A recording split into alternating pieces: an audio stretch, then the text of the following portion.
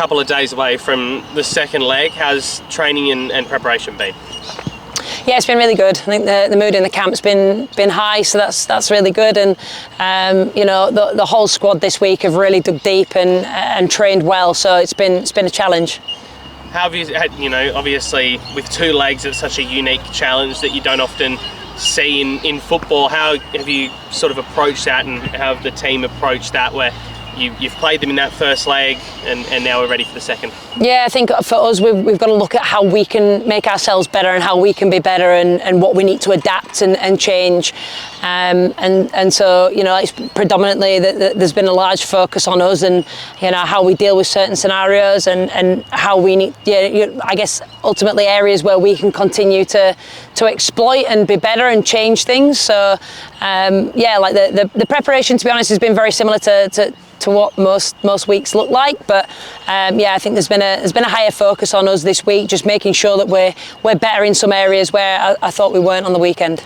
Obviously, City have a number of attacking threats that have dominated the competition this season, but is it really just a mindset of if we play our best game and our best football that we'll still be able to get the job done? 100%, and I back this group so much. I think they've shown throughout this season the character that we have within the group, and that we make it difficult for opposition teams to break us down, but how good we can be, whether we're given the ball or we're not given the ball. I think we're quite flexible with either.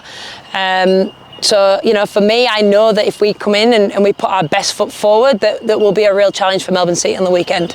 Down at City's training complex, where we've played the one game this year, the 2-2 draw, how do you sort of feel about playing the semi-final second leg there?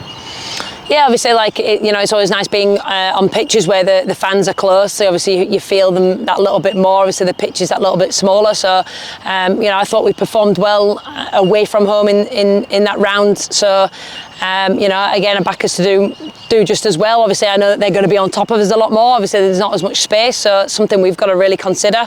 How we're going to be pressed and how much less time we're going to have on the ball. But that's what I mean. If we come and play our best football that I know that we can do, then it won't be a problem.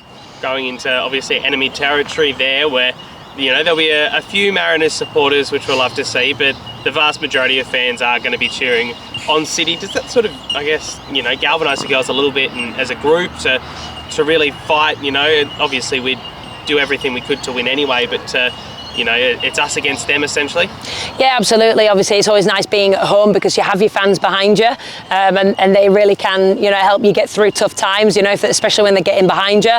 But for the girls, they've got to cut out all external noise this week. It's about them and the ball and them and the pitch and them and the game, and making sure that when they are on the ball, they're fully concentrated on what we can control and not getting involved in anything that we can't.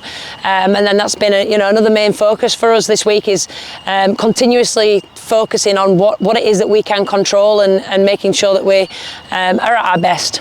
Obviously, it is going to be a high pressure game. That's just natural in a knockout match essentially. How important are those experienced players going to be for some of the younger players that have limited experience under that sort of pressure? The likes of Jade and Brooke, who have obviously done it over in Europe, but players like Bianca, Jess Nash, who have done it in the A-League.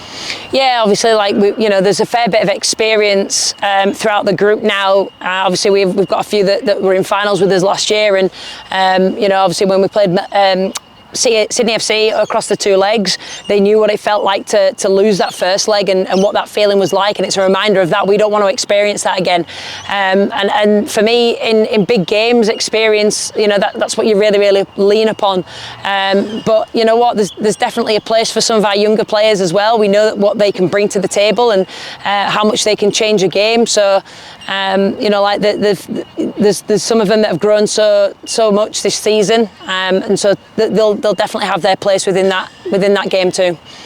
It's obviously this weekend, right? It's all or nothing. A win and we're through to the grand final, a loss and our season unfortunately comes to an end. Is that the mindset of just leave it all out there, give it everything we can against a team that, realistically not many people are tipping us to back, but we have every confidence in ourselves? Yeah, absolutely. Look, for us, the confidence is there, knowing that we're the only team that you know, this year they didn't score against. Admittedly, it was only in one game, and they probably should have scored. But you know, we have that confidence that we can keep teams out. And for us, I think if we throw everything at the game, as long as we walk off there knowing that we've given it everything and we prepared as best we can do, you know, I know the girls will be proud of what they have achieved. But yeah, look, I'm determined that this is not our final week together, and that we'll be seeing next week. And yeah, like I said, the girls are prepared well and they're in a good frame of mind. So it's a great place to be in.